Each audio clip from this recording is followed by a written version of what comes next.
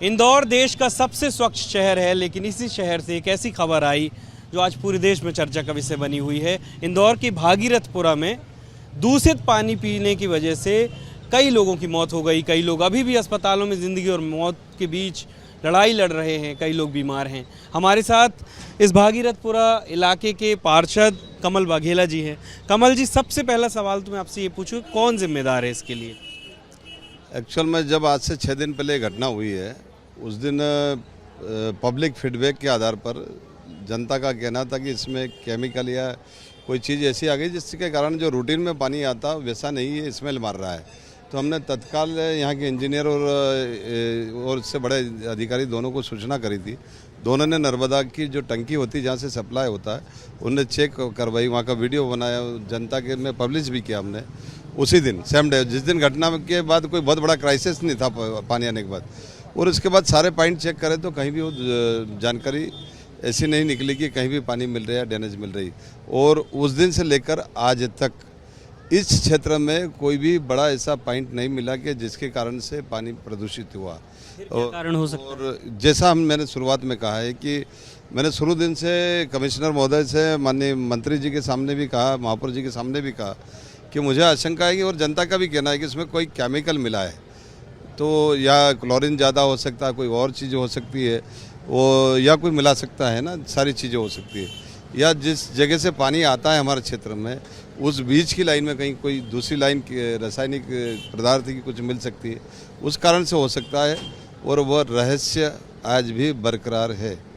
लेकिन ये जो शिकायतें हैं, स्थानीय लोग बता रहे हैं कि सिर्फ 5-6 दिन की नहीं है, लंबे समय से शिकायतें चल रही हैं। खुद आपने भी कई आपकी चिट्ठी है जिसमें आपने कई दिन पहले, 6 महीने पहले करीब ये कहा है कि ये बदली जानी है। 60% तो बदल भी गई थी यहाँ की लाइन, लेकिन वो काम क्यों नहीं पूरा हुआ और क्यों 6 महीने और लग गए जब टेंडर अगस्त के महीने में हो गया था? जब मैं यहाँ पार्षद बना था 3-3.5 साल पहले, और जब चुनाव हो रहे तो जनता की समस्या हमको ध्यान में आ रही थी कि यहाँ का जो इंफ्रास्ट्रक्चर है, ड्रेनेज, नर्मदा और सड़क, ये बहुत बड़ी समस्या है। पूरा सिस्टम कोलैप्स था कि जगह जगह पे ड्रेनेज और नर्मदा की लाइन से पानी आपस में मिल रहा था। ड्रेनेज की लाइन फूटी हुई थी, निकासी नहीं थी। और इसकी जानकारी हमारे महापौर पुष्यमित्र भार्गव जी को हमने दी जब, और लिखित में भी मैंने कमिश्नर को इनको दी कि मेरे क्षेत्र में स्थितियाँ बहुत ख़राब है, पूरा ही इंफ्रास्ट्रक्चर बदलना पड़ेगा। तो महापौर जी ने लगातार मदद करते हुए, कैबिनेट मंत्री कैलाश विजयवर्गीय जी जो हमारे विधायक भी है, उनके सहयोग से हम 60% क्षेत्र में, जैसा आप भी कह भी रहे हो, महसूस भी कर रहे हो, वो क्षेत्र में लाइनें बदल दी हमने, नर्मदा बदल दी, ड्रेनेज बदल दी, सड़कें बदल दी। और 40% बचा हुआ हिस्सा, चूँकि 50,000 की आबादी, बड़ा एरिया है, एक साथ ना तो खोद सकते हैं ना एक साथ कर सकते हैं। और एक कारण यह भी है कि एक साथ हम कर भी नहीं सकते। दूसरा कारण, जैसा आप ही कह रहे हो कि मैंने शिकायतें करी है ना, शिकायत भी नहीं, मैंने बार बार आग्रह पत्र लिखता था, महापौर जी से कहता था, महापौर जी अधिकारियों को भी बोलते थे। तो जो डिले हुआ है, हमारा प्रस्ताव या वर्क ऑर्डर होना चाहिए था समय पे, वो वर्क ऑर्डर नहीं हुआ, उसकी शिकायत मैंने भी की है, महापौर जी ने भी की है, माननीय सीएम। कौन इसके लिए जिम्मेदार है कि अगस्त में जो हो गया, जो चीज़ हो जानी चाहिए थी, अब आज तक नहीं शुरू हुई? एक्चुअल में जब भी कोई काम होता है तो 5-7 प्रोसेस से गुजरता है ना। जनता का फीडबैक आता है, फिर हम पत्र लिखते हैं, इंजीनियर उसका प्रस्ताव बनाता, वो सबमिट करता, वो आगे जाता, उसके बाद में फिर वो टेंडर में जाता, टेंडर के बाद निविदा में जाता, वर्क ऑर्डर होता है, एलओई होता है, ऐसा करके एक लंबी प्रक्रिया होती है। उस प्रक्रिया के कारण से डिले हुआ। और कुछ कारण मुझे लगता है कि जो 2-4 महीने पहले हो जाना चाहिए वो नहीं हुआ, इसकी शिकायत मैंने की है। और मुख्यमंत्री जी ने उसके जांच के आदेश दिए कि जो भी कारण बने उस पर, जिन भी व्यक्तियों के कारण बनेंगे, जो अधिकारी होंगे उस पर कार्रवाई होनी चाहिए। सिस्टम बड़े कमाल की चीज़ है। आप समझिए कि डबल इंजन सरकार की बात होती है, इंदौर की बात करें तो यहाँ तो ट्रिपल इंजन है। आप भी उसी सरकार के, उसी पार्टी के नुमाइंदे हैं जिस पार्टी की सरकार दिल्ली में है, भोपाल में है। फिर भी ऐसा हो जाता है कि इस स्वच्छ शहर में स्वच्छ पानी नहीं मिल पाता है। आप पत्र लिखते रह जाते हैं पर वो सिस्टम की भेंट चढ़ गया। किस कठोर कार्रवाई तो होनी चाहिए, कोई तो अकाउंटेबल होगा। कुछ लोगों पे कार्रवाई करके तीसरी नहीं हो सकती। निश्चित रूप से मैंने मांग करी है, जो भी इसमें दोषी है कठोरतम कार्रवाई करें। मैंने तो ये भी कहा है कि आपराधिक प्रकरण दर्ज भी होना चाहिए। मांग करी है सीएम साहब ने, जांच का आदेश दिया। आप प्रेजेंट कर इस जो आपका ये क्षेत्र है इसको आप रिप्रेजेंट करते हैं। एक सबसे बड़ी जिम्मेदारी तो आपकी भी यहाँ पे बनती है, क्योंकि आप ही नुमाइंदे हैं जो आप इसको रिप्रेजेंट कर रहे हैं इस क्षेत्र को। जैसा कि आपने अपने अनुभव में कहा कि मैंने कई बार पत्र लिखे हैं, कोशिश करी है।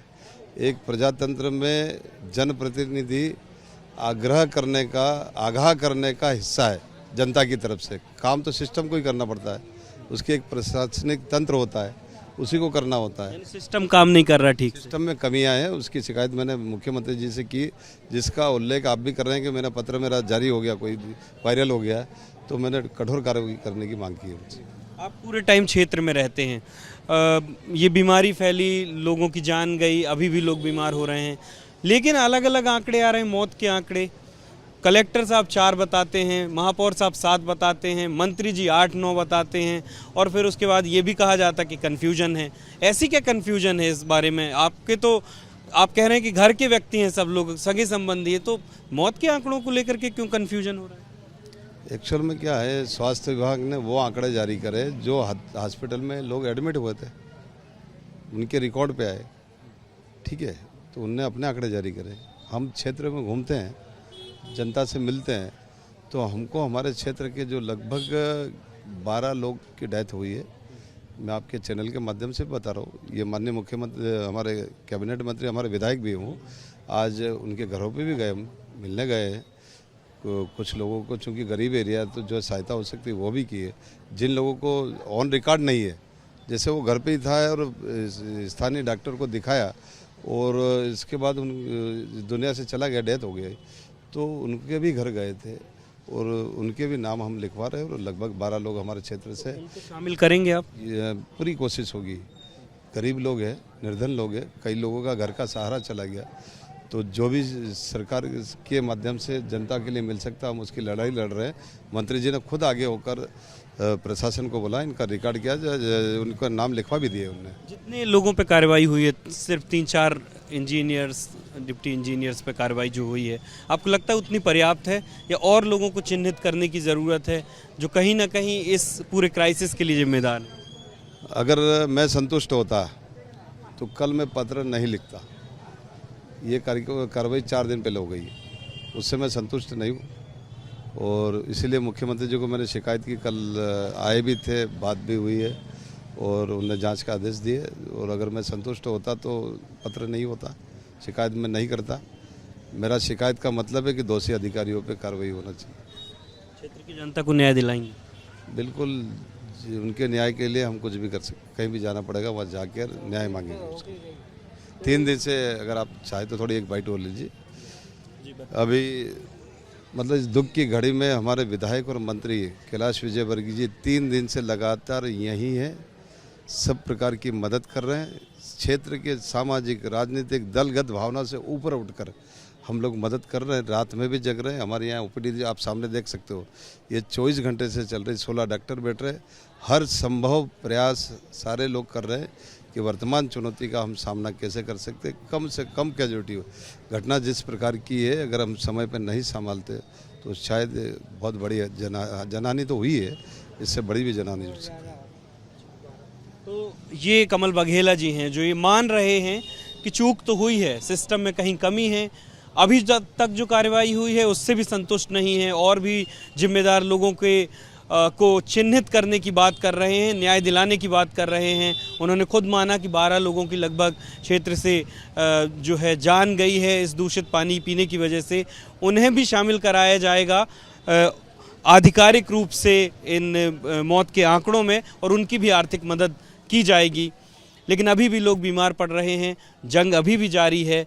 भागीरथपुरा के लोग आज भी बीमार पड़ रहे हैं और आज भी उन्हें मदद की ज़रूरत है।